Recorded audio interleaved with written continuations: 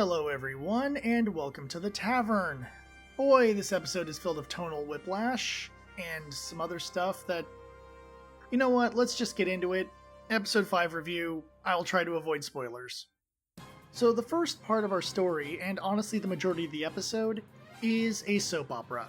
We have Cyclops doing an interview, talking about, the current status of the X-Men, a little bit of some status quoing there.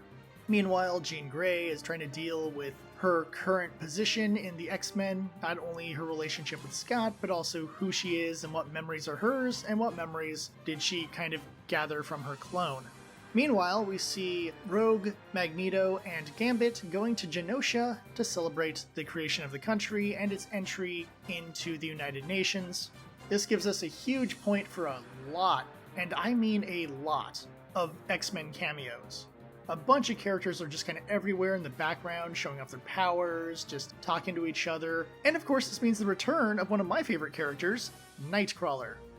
Not only that, but we get the version of Nightcrawler that was from the late Claremont era, when he was on Excalibur, where he is like everyone's best friend, he's just teleporting around, he's being kind of suave and funny. It's a version of Nightcrawler a lot of people like, and I understand why they used this version over the more somber Nightcrawler they used in the original series. It works because the characters reference how he used to behave and who he is now, which shows that there has been some admittedly off-screen growth for Nightcrawler.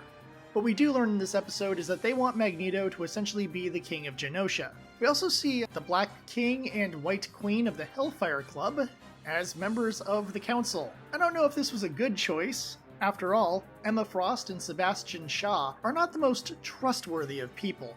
Granted, by this point in the 90s, Emma Frost was an X-Men, but yeah, okay. Anyhow, this leads into a whole lot of discussion between the various characters that, of course, helps explore the various love triangles we have going on. It becomes a whole huge soap opera leading into, of course, a big celebration for Genosha, and then everything goes bad. As Genosha, of course, is attacked. We all knew this was going to happen, and it leads to a big bunch of explosions for the finale.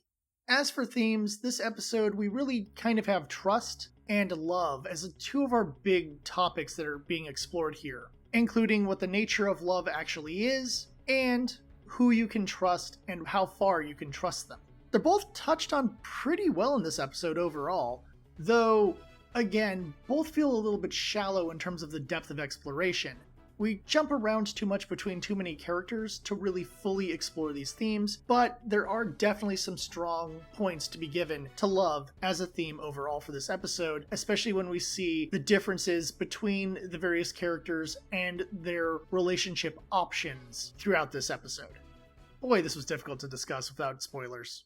Character-wise, there's only a few I really want to talk about because I think there's some important things to say about a few of them. First off, as I talked about in the story section, Nightcrawler shows up. You definitely see that more fun, boisterous personality, and I do appreciate it. He's also trying to function as counsel to Gambit, which is very in character for Nightcrawler. Frankly, I would have liked to have seen more Nightcrawler in this episode, but we do get a bit of him bamfing around, which I do appreciate. And maybe the events of this episode will lead Nightcrawler into assisting the team in the battles to come. We do get a lot of insight into Gambit, without him really saying a lot, but you do start to understand his actual feelings for Rogue. We start to explore the depth of emotion Gambit actually has about really everything he's dealing with right now. We're seeing a nice, mature turn for Gambit from kind of roguish anti-hero into something closer to a more steadfast hero who will not back down against the evils that the world will throw against mutants and humanity. Definitely a good amount of focus on Gambit, and I think it pays off really well by the end of the episode. Lastly, I want to talk about Jean Grey and Madeline Pryor. While neither character has any major exploration of their character in this episode, we do start to see a kind of a psychic link between them, the psychic link they share with Scott Summers, and it really makes for some interesting drama. But more than that, it is strange to see Madeline and Jean around at the same time post-Inferno, because that doesn't happen in the comics. I think they're going to be building some interesting story bridges with these characters. Plus, they allowed Madeline to become one of the council members for Genosha, and that could lead to some interesting things as well. While there isn't a lot of character growth for either of these women, we do have some very interesting plot threads that are being built around them.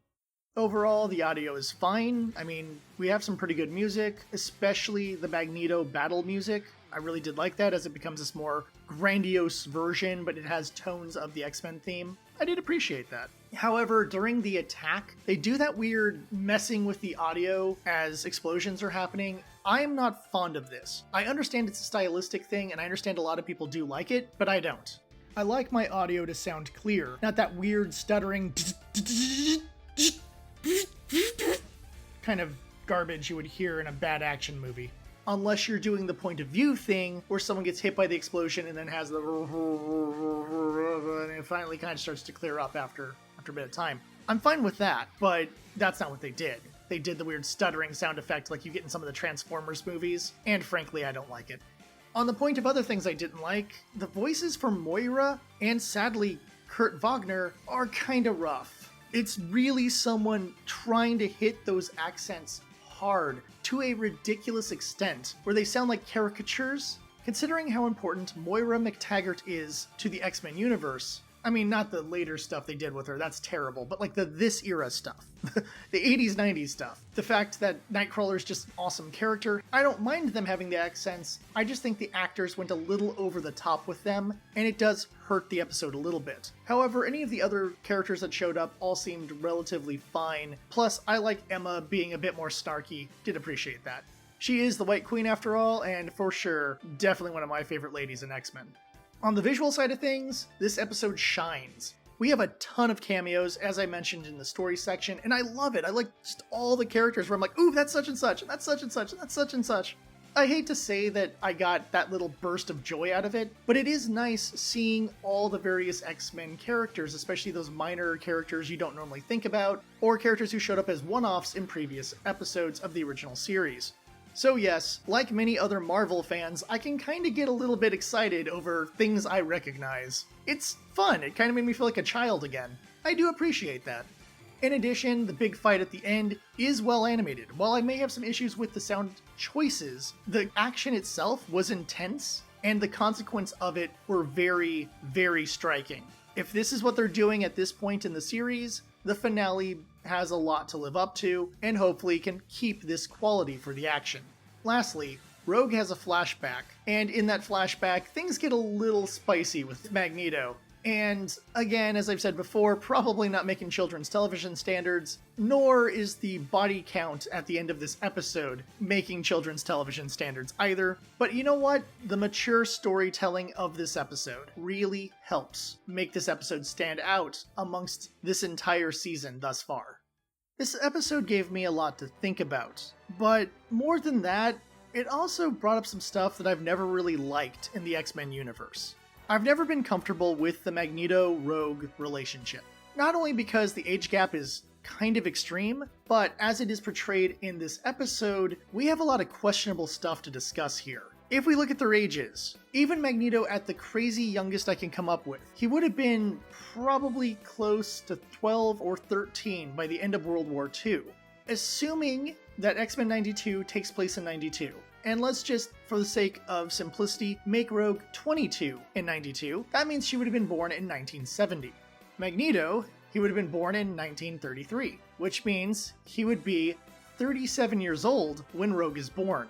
Assuming he and Rogue didn't do anything until she was 18, and the flashback makes it very vague how old she was when she met Magneto, but we do know she activated her powers at the age of 16, as I believe it was her 16th birthday when she kissed that boy. We can go and assume that maybe 2 years occurred before she met Magneto. Magneto would be 55 when Rogue was 18. While I tend not to be super judgmental about age gaps within relationships, as long as both people are adults and the younger person is hopefully mature for their age, Magneto should know better. He shouldn't be seducing an 18-year-old when he's in a position of power. And yes, these are estimated ages. The fact that Magneto took advantage of a young girl who is quite naive is really messed up. and it really reflects poorly on Magneto as a character. You would think someone like him would know better than to do those kind of things, especially at that age. And yet, we have a flashback that, in its own way, is character assassination on Magneto. Now, if you wanted to have them maybe start something at the ages they are in 97, it's a little odd, but I would be more accepting of it versus having the flashback with a super young Rogue. I would also like to point out that there is a scene between Logan and Jean Grey where he backs off of Jean primarily because of the drama she's going through. That Logan, at his age, is smart enough to know he shouldn't get involved in what's going on between Jean and Scott until that gets resolved. So we have a flashback showing Magneto making a terrible choice despite how mature and smart he is supposed to be, and a scene with a guy who's normally defined by his more animalistic traits showing maturity and clarity of thought when dealing with issues of the heart. The other thing you could tell in this episode is they were really setting up for what's going to be our finale. We know that the consequences of Genosha are going to be playing into the later episodes, and considering our finale is a 3-parter, we're probably going to be getting a lot of big battles and a lot of character drama that will hopefully lead to a really satisfying conclusion. That being said, my bottom line on this episode is 3.5 out of 5. The slow pacing of the story, the overdone accents, and other audio issues, as well as some of the weirdness of the Magneto stuff, all kind of reduce this episode's score overall. But even if we didn't have some of those other problems, this episode's slow pacing does hurt it comparatively to the previous few episodes.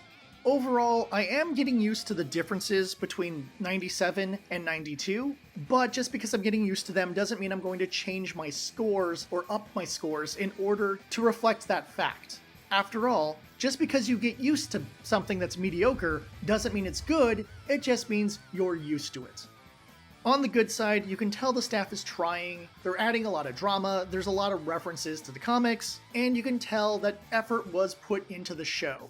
Considering that was one of my fears about the show, it is nice to know that that fear is being mostly abated by this point. Let me know what you thought of this episode in the comments. Other than that, please like and subscribe, share the video with the rest of your X-Men friends, and until next time, thank you for watching, and I'll see you at the tavern.